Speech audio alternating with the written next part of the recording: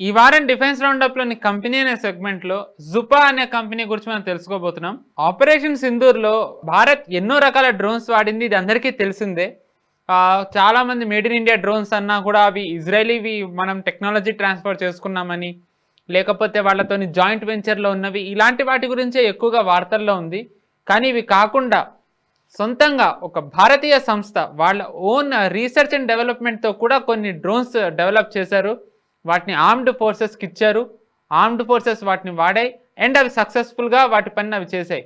అలా ఇచ్చిన ఒక సంస్థ ఈ జుపా.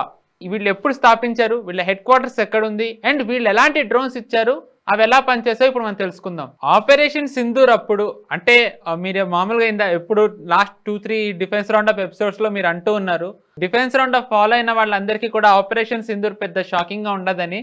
వాళ్ళల్లో నిజంగా షాక్ రాకుండా ఉండేది ఒక్కటి ఏంటంటే మాత్రం మన డ్రోన్ సిస్టమ్. నేను 1-2 సార్లు అన్నాను కూడా మనది డ్రోన్ రౌండప్ అవుతుందని. కానీ నిజంగా ఆ డ్రోన్స్ అనేది ఎంత ఇంపార్టెంట్, మన ప్రభుత్వం కానివ్వండి, మన ఆర్మ్డ్ ఫోర్సెస్ ఎందుకు దాని మీద అంత దృష్టి సారించాయి అనేది ఆపరేషన్ సింధూర్ ఒక రకంగా రుజువు చేసింది అనుకోవచ్చా?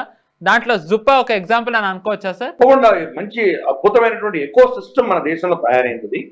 ఈ యొక్క జుపా జియో నావిగేషన్ టెక్నాలజీస్ అన్నది 2008లో చెన్నైలో ఇది స్థాపించబడింది. వెంకటేష్ సాయి అన్నటువంటి ఆంటర్ప్రెన్యూర్ దీన్ని స్టార్ట్ చేశారు. అఫ్ కోర్స్ అప్పుడంతా సివిలియన్ పర్పస్ కే వాడేవాడు, ఎందుకంటే డిఫెన్స్ లో మనం వాడేవాళ్ళం కాదు. అది గల్వాన్ ఘటన జరిగిన తర్వాత అంటే 2020 తర్వాత మనం ఎప్పుడైతే ఇండస్ట్రీకి చెప్పామో మనకు సొల్యూషన్స్ కావాలి అని, అప్పుడు ఇటువంటి సంస్థలన్నీ కూడా మనకు జుపా, జియో నావిగేషన్ లాంటివి ఎన్నో సంస్థలు ముందుకొచ్చి చాలా అద్భుతమైనటువంటి టెక్నాలజీస్ తీసుకొచ్చాయి. మొట్టమొదటి కీలకమైన అంశం ఈ కంపెనీకి సంబంధించింది ఏంటంటే వీళ్ళు తయారు చేసినటువంటి ప్రోడక్ట్స్, మన ఆర్మీకి ఇచ్చినటువంటి ప్రోడక్ట్స్ ఇవన్నీ కూడాను కంప్లీట్ గా చిప్ దగ్గర నుంచి మొత్తం భారతదేశంలో డిజైన్ చేసి భారతదేశంలోనే మ్యానుఫ్యాక్చర్ చేశాం కాబట్టి దీంట్లో కాంప్రమైజ్ లేదు. మనకు గతంలో I think earlier defence roundup లో మనం చర్చించాం కూడా, కొన్ని డ్రోన్స్ ని మన ఆర్మీ తిరస్కరించి, ఎందుకంటే దాంట్లో కొన్ని కాంపోనెంట్స్ చైనా నుంచి వచ్చాయి, వాటిని తిరస్కరించాం. కాబట్టి అలా కాకుండా ఈ వీళ్ళు ఇచ్చినటువంటి కాంపోనెంట్స్ అన్ని కూడా కంప్లీట్ గా భారతదేశంలో తయారైన 100% ఇండిజినస్ ప్రోడక్ట్. కాబట్టి దీంట్లో కాంప్రమైజ్ అయ్యేటువంటి సమస్య లేదు. ప్లస్ ఒక భారత సంస్థ ఇంత అద్భుతమైనటువంటి టెక్నాలజీని ఇంత తొందరగా ఇంత తక్కువ కాలంలో ఇవ్వడం అన్నది చాలా అభినందనీయం. అది వీళ్ళు ఇచ్చినటువంటి ప్రోడక్ట్స్ పేర్లు వాళ్ళు పెట్టారు. హాక్ అని, అలాగే స్కౌట్ అని, ఈగిల్ అని, ఈ పేరుతో డ్రోన్స్ ఇచ్చారు.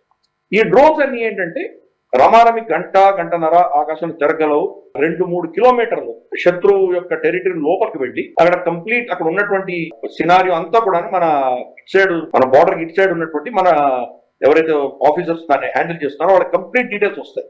వాళ్ళ ట్రూప్ మూవ్మెంట్ కానీ, వాళ్ళ వెపన్స్ మూవ్మెంట్స్ కానీ, వాళ్ళ ఎక్సర్సైజెస్ కానీ, వాళ్ళ ఎక్కడెక్కడ వాళ్ళ హీట్ సిగ్నేచర్స్ ఉన్నాయో, ఏం చేస్తున్నారో, వాళ్ళు ఎలా మూవ్మెంట్స్ ఉన్నాయి, ఇవన్నీ కూడా కంప్లీట్ సిచ్యువేషనల్ అవేర్నెస్ ఇవ్వగలిగినటువంటి డ్రోన్స్ వాళ్ళు తయారు చేస్తున్నారు. వాళ్ళు ఇచ్చారు ఆల్రెడీ. వాటిని మన ఆపరేషన్ సింధూర్ లో వాడడం కూడా జరిగింది. చాలా అద్భుతమైన రిజల్ట్స్ మనం చూసాం. తలుచుకుంటే వీటిని యాంటీ డ్రోన్ గా కూడా వాడచ్చు.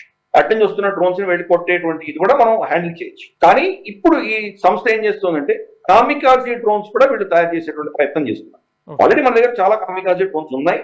వాటి ఇజ్రాయల్ నుంచి తెచ్చుకున్న ఉన్నాయి. మనం ఇజ్రాయల్ నుంచి తెచ్చుకున్నటువంటి కామికాజీ డ్రోన్స్ తోటే మనం పాకిస్తాన్ మీద చాలా అద్భుతంగా కొట్టగలిగాం. కానీ భారతదేశంలోనే ఇటువంటి కామికాజీ డ్రోన్స్ ని మనం తయారు చేసేటువంటి ప్రక్రియ ఈ కంపెనీ చేస్తుంది.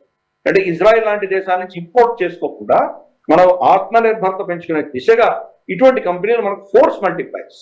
ఈ యొక్క ఆపరేషన్ సింధూర్ వీళ్ళందరి యొక్క సమిష్టి సక్సెస్ కింద మనం భావించాలి. ఒక మన సైన్యమే కాదు, ప్రభుత్వమే కాదు, రీసెర్చ్ డిపార్ట్మెంట్సే కాదు, ప్రైవేట్ రంగ సంస్థలు, మన ఇండస్ట్రీ కూడా దీంట్లో వాళ్ళ భాగస్వామ్యం ఉన్నది మనం అర్థం చేసుకోవాలి. వీళ్ళందరూ కలిస్తేనే ఈ రోజు ఇంత అద్భుతంగా మనం దీన్ని మనం ఎదుర్కోగలిగాం, ఇంత అద్భుతంగా మనం చేయగలిగాం. ప్లస్ వీళ్ళ దగ్గర ఉన్నటువంటి టెక్నాలజీస్ లో కొంత వాళ్ళు జామింగ్ కూడా చేయగలిగినటువంటి టెక్నాలజీస్ తయారు చేస్తారు.